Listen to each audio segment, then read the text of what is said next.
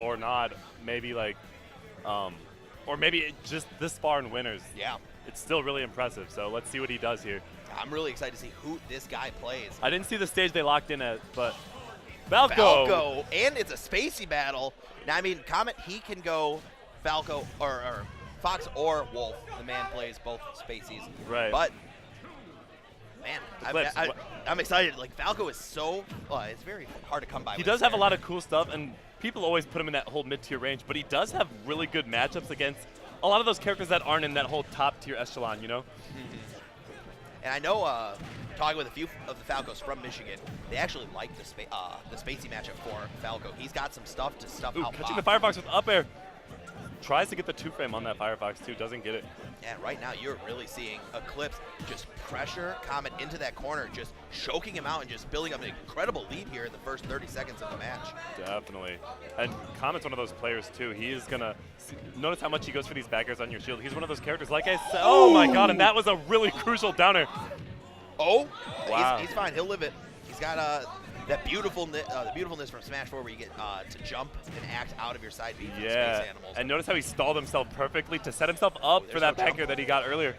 That was a really good angle from Comet because he had no jump in that situation. Yeah, and he calls out the landing with the up smash, pumps himself up a little bit with the Firefox taunt, and now he's feeling good going into this second stock. And honestly, from where that first stock started off, to think that Comet made the comeback and took the first stock and is now just on a rampage, just exposing Eclipz, just pretty much shutting him up from that first stock. Comet is really turning this around. He found his groove, and now he's just running away with 83% and soon to be more. Fox, one of those characters that can just go. Oh, that's it. Fox can go nuts on your shield, and especially when you're at high percent, if you're bad at playing under pressure on your shield, then Fox will eat you alive with back airs and just empty hops on your shield. Eclipz, though, getting the damage back. Yeah. Wow, whiffs the grab. Maybe tries to turn around and get it, or predicted a roll around. And that call out with the up smash was brave. Eclipz getting a little more damage. How is he going to go? Ooh, nice laser to recover. Oh, tried to go for a shine spike. He made it a little risky here. And yeah, that shine does have a lot of utility in this game. I don't see any problem with going for that. Oh, he tried to call him out on some type of aggressive approach off of the landing. Definitely. Oh, this is a bad spot to be. Ooh! And that wasn't untechable. I didn't see the red, so probably just super hard to react to. Yeah, with the camera of Pokemon Stadium 2 kind of makes teching that underside of the ledge a little bit difficult just because you can't see yourself. And let's just talk about Eclipz bringing this back.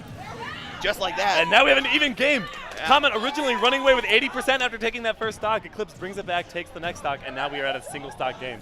Yeah, and right now the crowd is going nuts. This is an Illinois versus Wisconsin matchup right now. So you got Illinois' crowd being loud, but Wisconsin's crowd is coming in for their boy Comet. Oh, I know. And how is Comet going to turn this one around, though? 88% down. This man was looking so good in stock 2, but you got to see, can he make this comeback? Can he make the adjustments necessary? We need to talk about, tries to get that frame trap on the landing with forward air, doesn't, but gets this up smash to Nair instead for the big damage. Something we need to talk about the most is these two characters are generally strong across the board, and that was really good. These characters are so strong across the board, but are at such a disadvantage when they're off stage, and that's when these two players really capitalize on the other character's weakness. And really, we're seeing a lot of this capitalization come from both players when one is below the other. Yeah. Like whoever is on the ground is at such a good advantage, and Comet clutches out game number 1. He called him out hard with that up smash too, because if he didn't call that outright, he definitely would have been punished. And that could have been the stock too. I mean, he was around 70%, right? Yeah, it was not that close. But we got to see where we're going for game number 2. Hovering over Pokemon, just might run it right back. I mean, Pokemon is the favorite for many people. And I feel like with these two characters, I mean, the pros and cons on each stage are generally similar. I mean, Falco maybe capitalizes on platforms a little more because he has those big jumps, the biggest jumps in Smash Ultimate. But Fox just does well on platforms too because he can keep you on shield in there so long, just hitting your shield with buttons.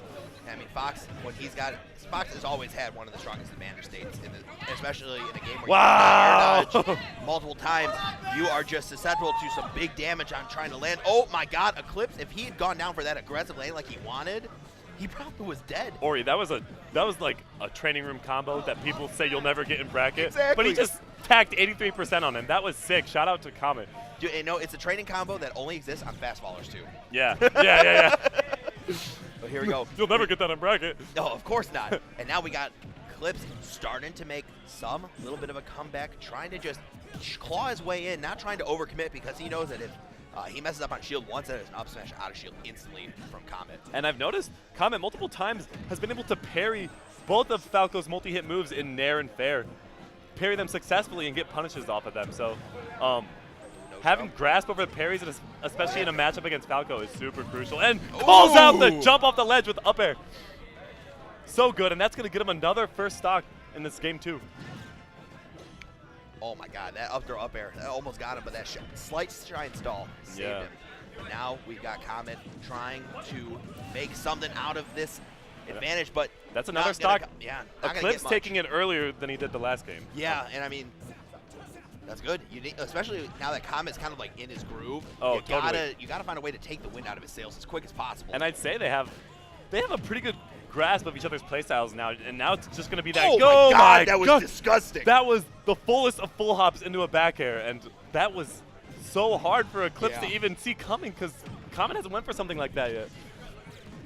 That was disgusting. Oh, we got a laser. I think that sniped out the jump.